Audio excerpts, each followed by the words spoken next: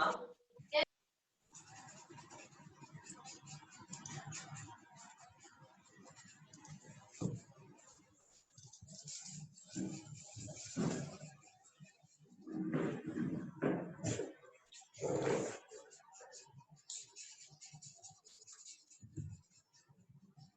fixed. ఎంత మంది actually 210 కదా 220 నా ఏం చేస్తున్నట్టు వాళ్ళు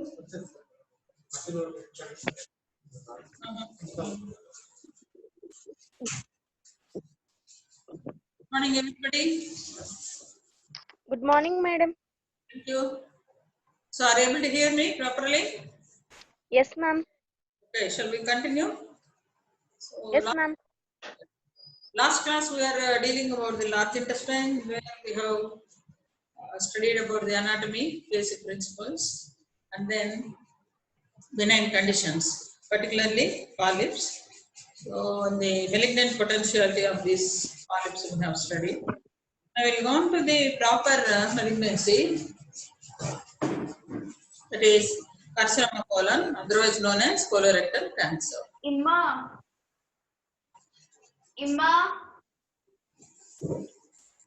Okay. So most common GIT cancer we can say, and the statistics are mainly from the UK. So it is the most common malignancy of the GIT, and most commonly seen after 50 years, and commonest age group is 8th decade. So it is the second most common cause of the death, particularly in UK. And it's not moving.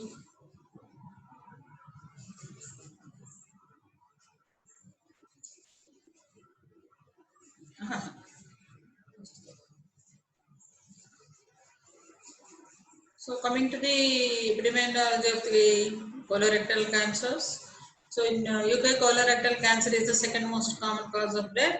Every year, newly patients are nearly 35,000, and approximately 1/3 are in the rectum and 2/3 are in the colon. So that is the distribution between the rectum and colon. 1/3 in the rectum and 2/3 are in the colon.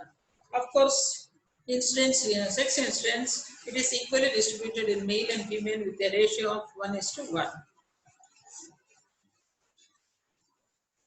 Coming to the incidence of the colorectal cancers in relation to the parts, these are different parts of the large intestine. So rectum is most commonly, high incidence will be in the rectum, that is about 38%. Sigmoid colon is affected in 21% of the cases, cecum 12%, transverse colon 5.5%, ascending colon 5%, descending colon 4%, splenic flexure 3%, and hepatic flexure is 2%. So this percentage is very important, because as a postgrad you are supposed to know these percentages very clearly. First and foremost thing what we have to observe here is rectum, then sigmoid are the common areas that are affected, followed by the cecum. And among the ascending, descending and transverse colon, almost the incidence is same, 4 to 5%, whereas splenic flexure has a little bit more high incidence when compared to hepatic flexure. Coming to the predisposing factors that can develop into colorectal cancers, these are the listed conditions. The first and foremost is the ulcerative colitis. Next one is Crohn's disease, schistosomal colitis, exposure to the radiation, ureterosigmoidostomy, breast carcinoma, post cholecystectomy status. So all these conditions can predispose to the formation or development of the colorectal cancers. Now we will go to the etiological factors properly. Diet is very important. People who are habituated to take more red meat and saturated fats in diet, and also the diet with the lack of fibers. These are the factors that are responsible, particularly in relation to the diet, for the development of colorectal cancers. What is the relation with the lack of fiber or diet with fiber? All these things. How the fiber diet is going to protect the persons against the development of colorectal cancer. You know, dietary factor, if it is more, definitely that is going to reduce the transit time in the colon for the food or the fecal matter, we can say. So that reduces the time of exposure of the colon mucosa towards the dietary carcinogens. So because they empty the bowel very early when compared to the high fiber diets naturally. So that is going to reduce the incidence of colorectal cancers in these persons who are habituated to take a good fiber diet. That is one. And second thing is alcohol intake and smoking. Definitely these have high incidence of development of the colorectal cancers. But this is not working. Coming to the genetics in relation to the colorectal cancer, this we have studied last time itself. So the carcinoma colon is common with these conditions, that is adenoma colon and also familial adenomatous polyposis, that is FAP. Next one is Gardner syndrome and Burkitt syndrome. These two syndromes, both Gardner's as well as Burkitt's, are nothing but variants of almost familial adenomatous polyposis, where they have high incidence of development of colorectal cancer. Next one is hereditary polyposis colon cancer, that is HNPCC. Just click it.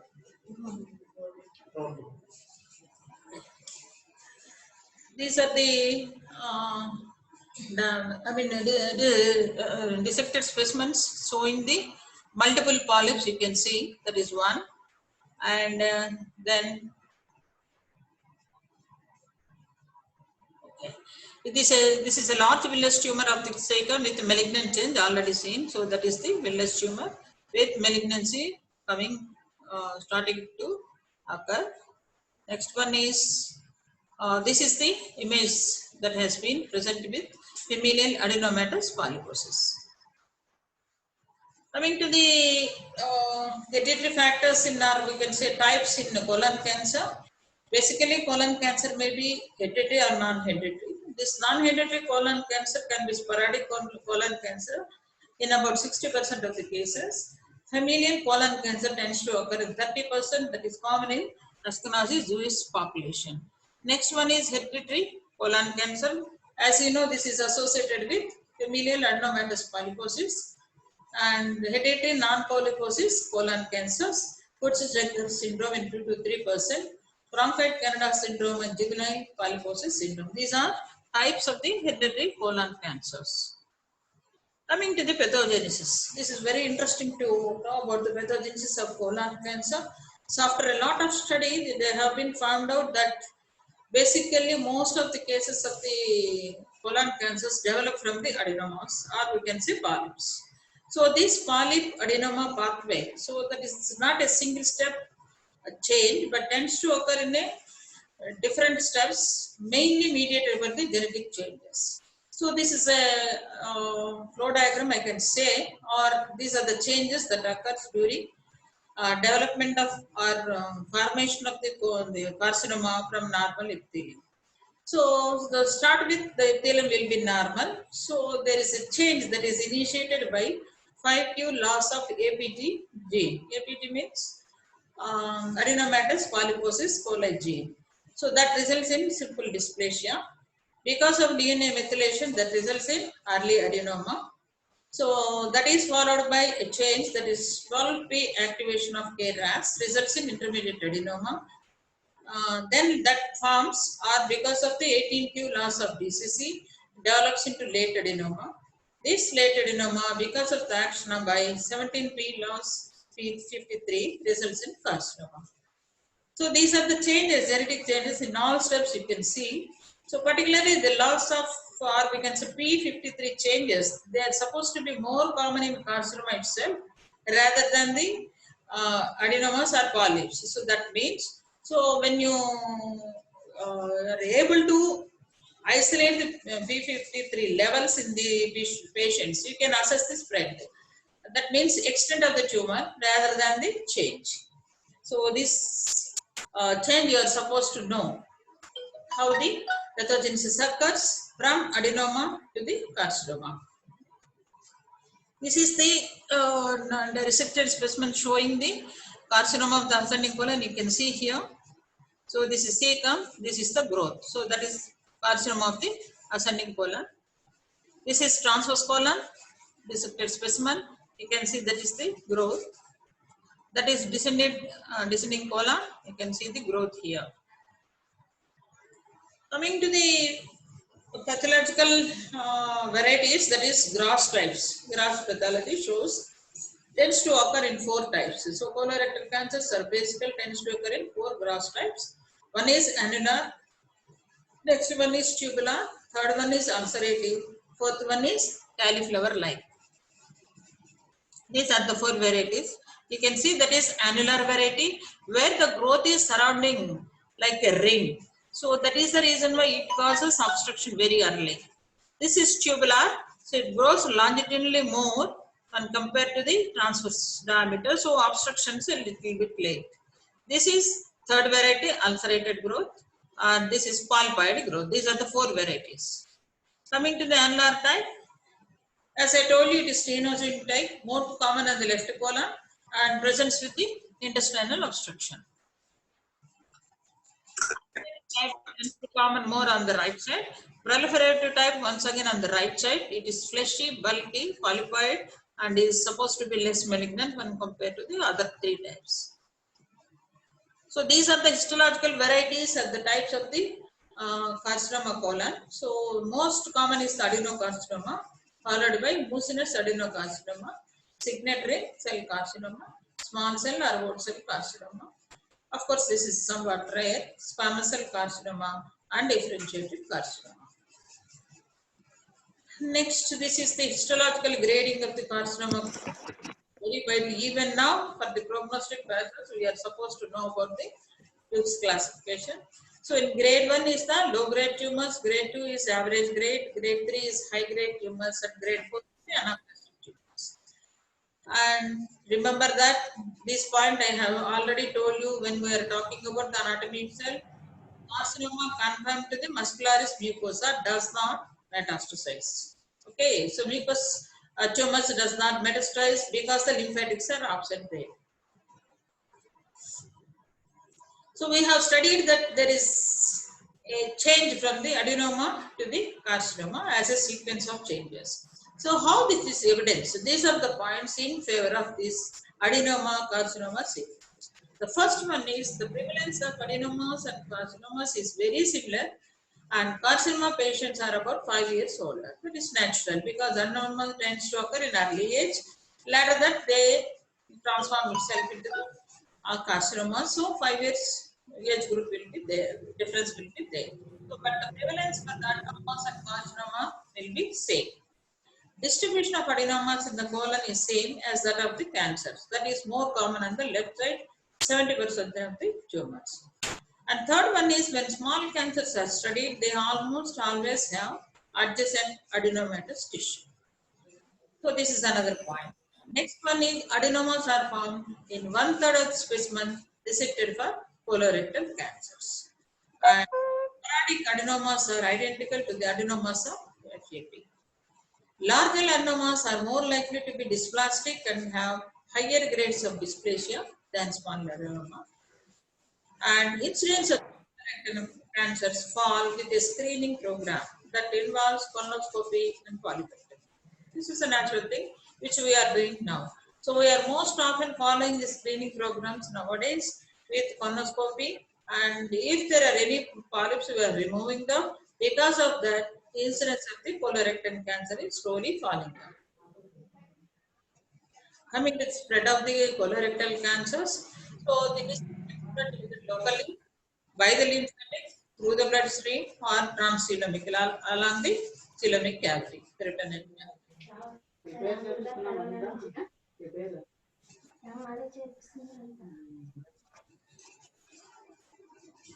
Coming to the direct spread, so usually it occurs locally, that means adjacent structures, maybe in a longitudinal fashion or sometimes in radial fashion. If the spread is more posteriorly, it is likely to involve the retroperitoneal structures like ureter producing hydronephrosis, or it may involve higher above the duodenum or lower down, still posteriorly, so that is the posterior spread. If the spread occurs more anterior, it is likely to involve the bladder and adjacent structures. And sometimes because of the direct spread, or it may perforate the bowel causing the retinitis, and sometimes a perichoric abscess may form, resulting in sometimes in fecal fistula. Coming to the next spread, that is lymphatic spread. You know, all the lymph nodes I have enumerated while reading about the anatomy. So the lymphatic spread occurs along these lymph nodes, pericolic, epicolic, intermediate, and principal group of the lymph nodes. Next one is blood spread. So 40% of the colon cancer spread to liver via portal system. So by the time you are diagnosing at least about 30 to 40% of the patient will have liver secondaries. The secondaries of liver may be solitary, unlikely, or maybe multiple. So rarely it can spread to other parts through the blood, that is to bones, lungs, and skin. This is metastatic carcinoma colon to the liver. You can see the CT findings of liver. You can see the multiple secondaries in the liver. So this is the Duke staging of the colon cancer, which was once upon a time, that was the most important one after starting of the TNM classification. Probably this has gone into the back, but still the prognosis assessment, this is the best, particularly a modified Duke stage we use in the FECTM. Colon cancer includes 3 stages, A, B, and C. Stage A is invasion but not breaching the muscular propria. Stage B is breaching the muscular propria but not involving the lymph nodes. C is the lymph nodal involvement. So the importance here is the muscular propria. If it is not involved, it is only superficial, then it's the stage 3, stage A. Stage B is when it is involved. Stage B without lymph nodes. Stage C is lymph nodes. These are the different types of the different modalities of used for the staging of carcinoma colon, just like breast carcinoma. These also have different methods. Of course, standardized one is the only DNM classification. So Duke's classification, just now we have seen that is stage A is confirmed to the bowel wall, mucosa, submucosa. Stage B, extension across the bowel wall with the muscular propria with no lymph node involvement. Stage 3 C is lymph nodes involvement. Modified Dukes is mainly used for the rectal carcinoma alone. So here the stage A is growth limited to the rectal one. Stage B is growth extending to extrarectal tissue but no lymph node spread. In that we have 2 stages, substages B1 and B2. B1 is invading the muscular mucosa. B2 is invading into the surrounding serosa. C is lymph node in secondaries. D is distant spread to liver, lungs, bones, and brain. Actually, in original Dukes there is no stage B, but in modified Duke we have stage B. Aston Color's grading of the colorectal cancer also once upon a time very much used, nowadays not much used. This is only historical interest. Stage A is intramucosal, and stage B we have B1 and B2. B1 is involvement up to muscular propria. B2 is spread through the body into the peritoneum. Stage 3 is nothing but the involvement of the lymph node. It has C1 and C2. C1 means B1 plus involvement of the lymph node. That is involvement up to the muscular propria with involvement of the lymph nodes. Whereas C2 is B2 plus involvement of the lymph nodes. That means spread through the wall of the into the peritoneum plus involvement of the lymph nodes. Of course, stage 3 is the distant spread. So this is the standardized one for all the management purposes. TNM classification, tumor, nodal status, and metastasis. As you know, in all malignancy we use this nowadays. So T is the tumor stage. T1 means tumor limited to the submucosa. T2 is into the muscular propria. T3 is very qualified subserosa, but not breaching the serosa. That is very important. Beyond muscular propria, but within the serosa. T4 is breaches the serosa and directly involving the other organ. N is the nodal stage. N0 is no lymph nodes involved. N1 is 1 to 3 lymph nodes are involved. N2 is 4 or more lymph nodes are involved. Whereas metastasis is denoted by the M. M0 is no metastasis and M1 is the distant metastasis present. So that finishes the staging of the colorectal cancers. We will now go on to the next part, that is clinical features. As I told you, it is usually a disease of elderly people more than 50 years maximum, or highest incidence will be between 8 to 10. Familial types can present a little bit early. Most often presentation features are the loss of appetite and loss of weight. Then anemia, abdominal discomfort, and mass per abdomen in majority of the cases may be present. 20% of the patient presented with acute intestinal obstruction. So this is a diagram showing all the clinical features as well as the secondary effects we can see. So basically, when you talk about this clinical findings, we will divide the tumors into two categories: right-sided tumors and left-sided tumors.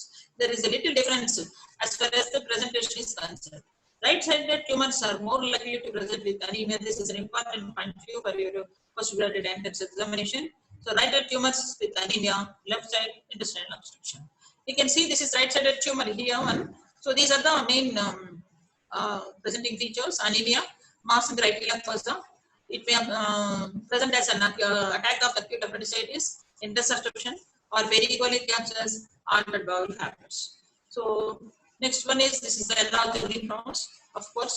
So coming to the left sided tumors, usually they present with obstructive symptoms with pericolic abscess, tenesmus, diarrhea, mucus, and mass in the left iliac fossa, back pain.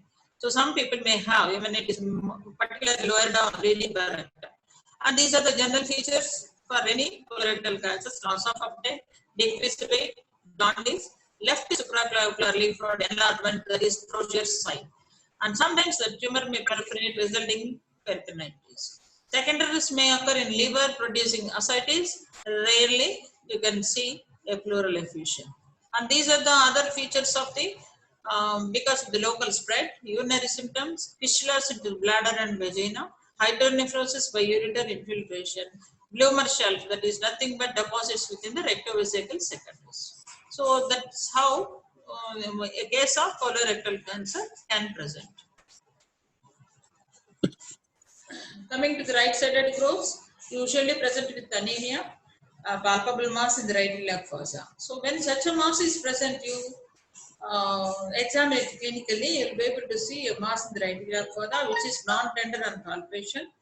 And on palpation, you can find that the margins are irregular, surfaces uneven, and consistency is hard. Very important point regarding malignancy is hard in consistency. And it is intrinsic mobility is possible, but it is not moving with respiration because the colon is in a retroperitoneal area. And on percussion, you can see, you can feel that there is a well localized impaired node over the mass.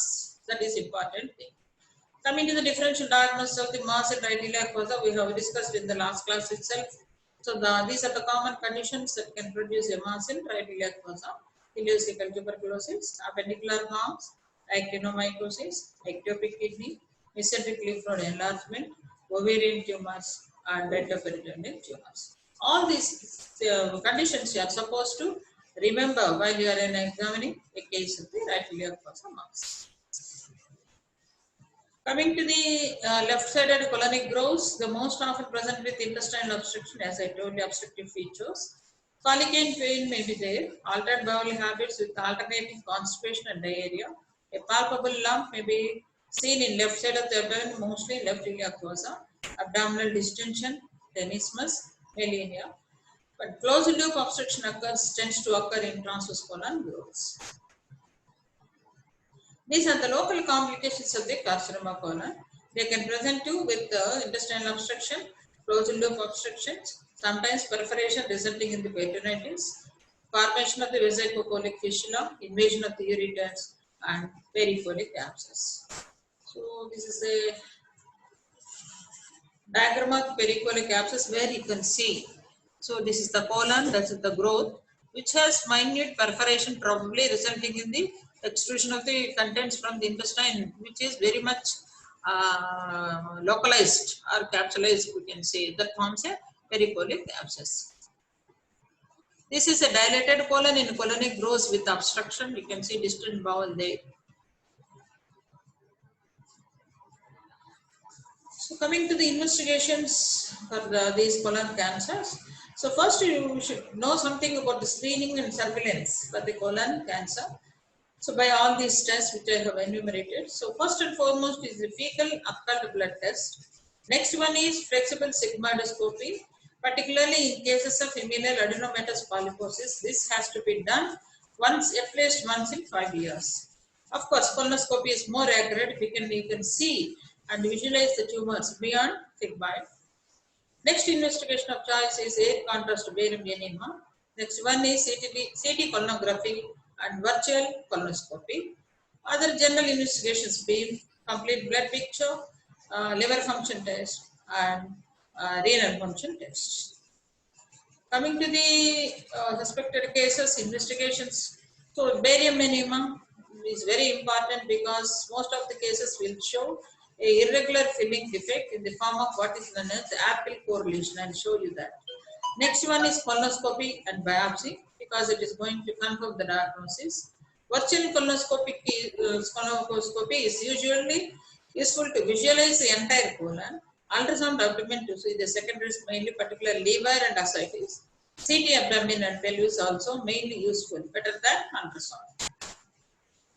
This is one of the virtual colonoscopic feature. You can see this is a CT where that is showing a cecal mass, and that is which virtual image of the CT, which gives you an idea regarding the distribution of the colon cancer.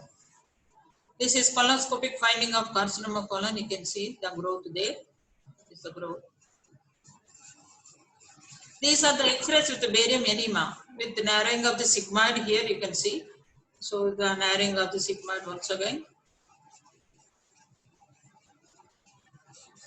This is the apple core lesion. You can see this is the core of the apple. You know what is meant by apple core, isn't it? So center of the apple will have this after removal of the core. So this is the classical picture in case of carcinoma colon. This is air contrast study of the barium. You can see the irregular filling defect, and also here. One more I'll show you. This is the cecum. You can see the filling defect here. Coming to the other investigations, important tumor markers in colorectal cancer, that is carcinoembryonic antigen. Actually, it is a cell surface glycoprotein normally produced by the colonic epithelium. Normal level is less than 2.5 nanograms per ml. The level more than 5 nanograms per ml is abnormal and indicates some form of the tumors. And rapid rise once again signifies the metastasis. So be careful when there is a rapid rise in CEA levels, that means the patient is going for the metastasis, usually associated with poor prognosis because of the second rise. So after finishing up the investigations, come to a conclusion that it is a case of the colon, and we have mapped out the metastasis and all those things, then the management. So the modalities of the treatment of colorectal cancer mainly surgical. Remember that it's mainly surgical, followed by sometimes if necessary the chemotherapy, very rarely radiotherapy. So what are the surgical procedures of choice for these patients? It always depends upon the staging of the disease and also location of the tumor. Suppose if the tumor is located in the cecum and ascending colon, a limited resection, that is right hemicolectomy, is indicated. Right hemicolectomy will remove the terminal portion of the ileum, cecum, ascending colon, and proximal portion of the transverse colon. That is the extent of the removal in right hemicolectomy. That is sufficient for cecum as well as ascending colon also. If you are dealing with a tumor more distally, that is transverse colon, say transverse colon, early portion, then that is you have to go for extended right hemicolectomy. Along with the removal of what structures I have enumerated in right hemicolectomy, you have to take up more amount of or more tissues on the transverse colon, probably even up to the level of the splenic flexion. That is extended right hemicolectomy. If it is in the distal transverse colon, definitely opposite side procedure has to come, that is extended left hemicolectomy. Descending colon and the splenic flexure, left hemicolectomy, that is removal of the distal part of the left half of the transverse colon, descending colon up to the rectum. So that is indicated, that is left hemicolectomy. Then if it is involved in the sigmoid colon alone, with a good margin, we may be able to do sigmoidectomy alone. Transverse colon, sigmoid colon, multiple tumors, and HMPCC conditions, all are treated with subtotal colectomy. I have enumerated this while dealing about the FAP itself. This is the extended right hemicolectomy specimen, where you can see this is the distal part of the ileum, that is the appendix, cecum, ascending colon, hepatic flexure. So up to this level, that is right hemicolectomy. If you remove rest of the transverse colon also, that comes as extended right hemicolectomy specimen. So this is the specimen diagrammatic representation. The shaded area shows the removal of the extent of removal of in case of extended right hemicolectomy.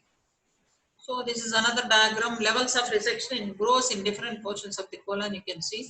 So ascending colon, right hemicolectomy.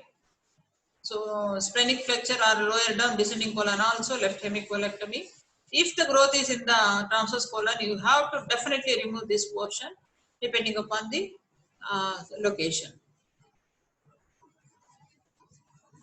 So that is about the open surgery for the colorectal cancers. Now we'll go on to the laparoscopic surgery. Lap surgery for colon cancer have been shown to have equivalent overall and cancer related outcomes to open surgery. Almost both things are same as far as the results are concerned.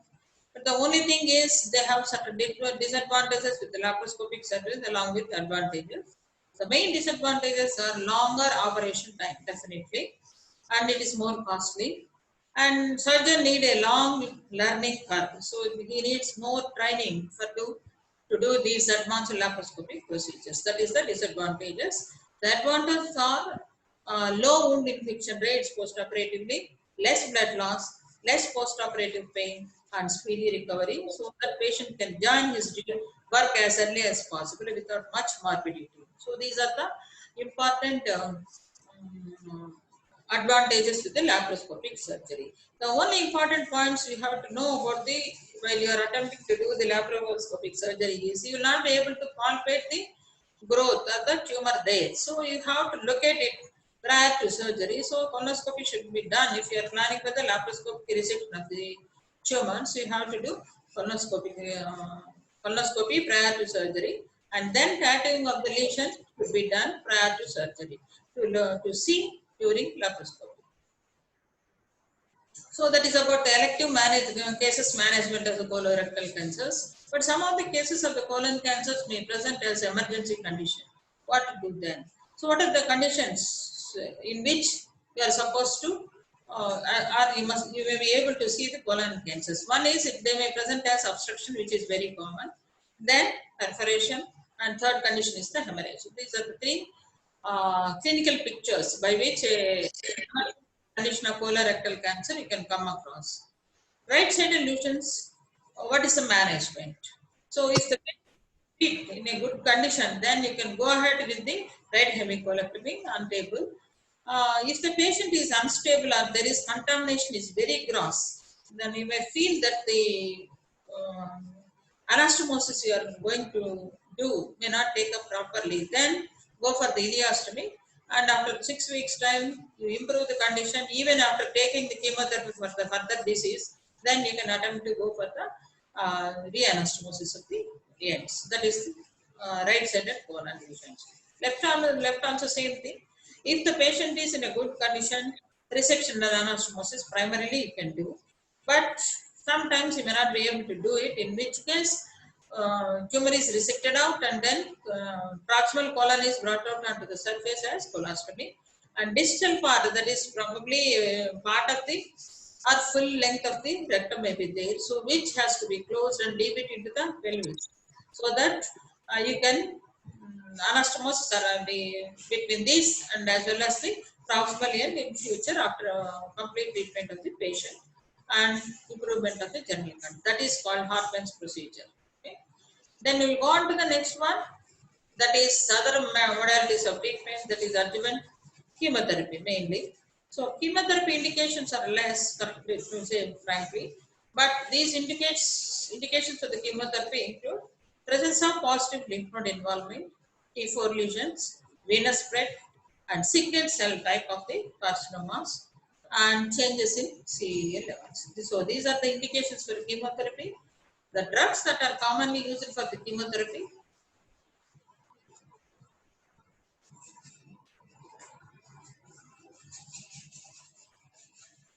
So these are the two drugs that are commonly used. Of course, 5-fluorouracil very common for the used for the JAT tumors with folinic acid most commonly used.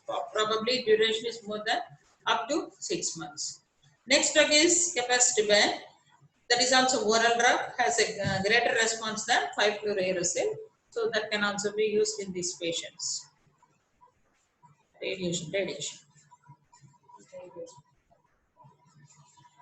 So coming to the third modality, that is radiotherapy. Usually no role of the radiotherapy we can say, but still there are certain indications for radiotherapy, which include locally advanced tumors, infiltrating the psoas major muscle, left-sided colonic growth, inoperable recurrent tumors. These are the four indications where the tumors are very much locally advanced or infiltrating into the psoas major, and inoperable recurrent tumors, left-sided colonic growth. Then that is treatment of primary disease. I'll now go on to the treatment of metastatic disease. As we have seen, the metastases are very common in liver.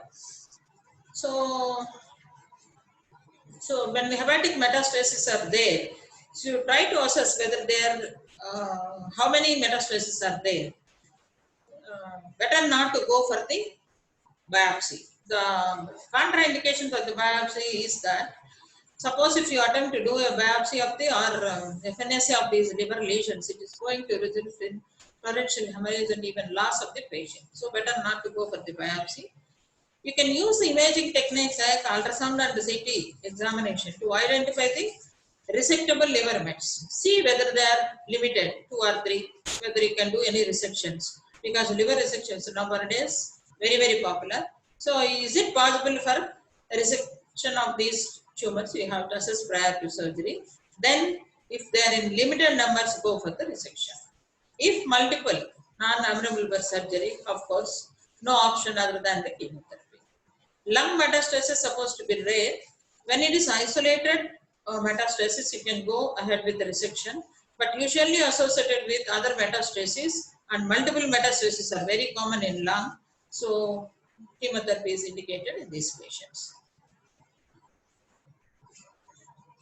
Coming to the prognosis, so overall 5-year survival rate is about 50%.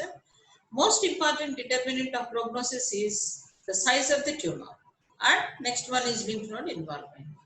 This is confirmed. So here comes our Duke stage once again. If the disease is confirmed to the bowel wall, that is Duke stage A, surgical resection is possible, and 5-year survival rate is about 90%. That is in Duke stage A, where the disease is confirmed to the bowel wall. If it is in the Duke stage B, that means spread has occurred beyond the bowel wall. So 5-year survival rate almost falls to about 60 to 7%. When there are lymph node metastasis, that is Duke stage 3, the 5-year survival rate is still less, maybe around 30%. So that will be the overall prognosis of these patients. Coming to the follow-up is very important for these colorectal malignancies, because it is going to have a high risk for the development of recurrence. A 3-year follow-up is necessary at regular intervals, maybe once in 3 to 6 months. So these are the investigations you are supposed to do for these follow-up patients. Regular carcinoembryonic antigen analysis, ultrasound abdomen you have to do, barium edema studies, colonoscopy, and serum alkaline phosphates level measurement. So all these 5, or at least 3 of these 5 should be done for these patients in a follow-up, and follow-up should be continued once in every 3 to 6 months, at least for 3 years. Okay, what's the time now? So that finishes the large intestine, or we can say colorectal malignancy. We'll continue in the next class.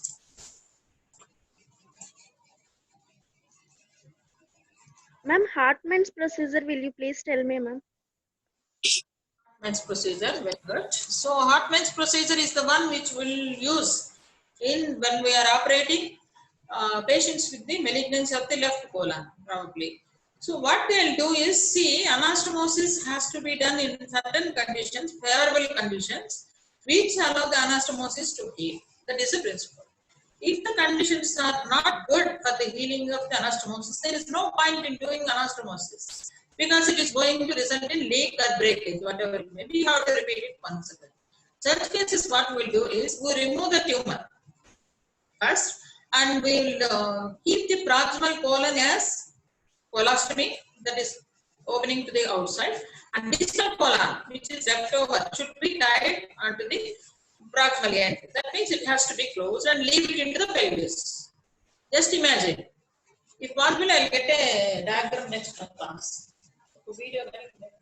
I'll show you next week. Okay. So the distal part, that is the rectum, will leave the rectum into the pelvis. Abdominal portion, that is colon, will be kept on the surface, that is abdominal wall, as a colostomy. So patient is allowed to go for the rest of the treatment, maybe chemotherapy or recovery, whatever it may be. So once he finishes his treatment and he has gained his near normalcy health, then we will proceed once again, one more laparotomy. We will take out the or remove the colostomy, and distal loop we will identify. Both these things we will anastomose to restore the continuity of the intestine. Are you able to follow? These procedures called Hartmann's pouch. The pouch is called Hartmann's pouch. Thank you, ma'am. చూస్తే కానీ అర్థం కాదు.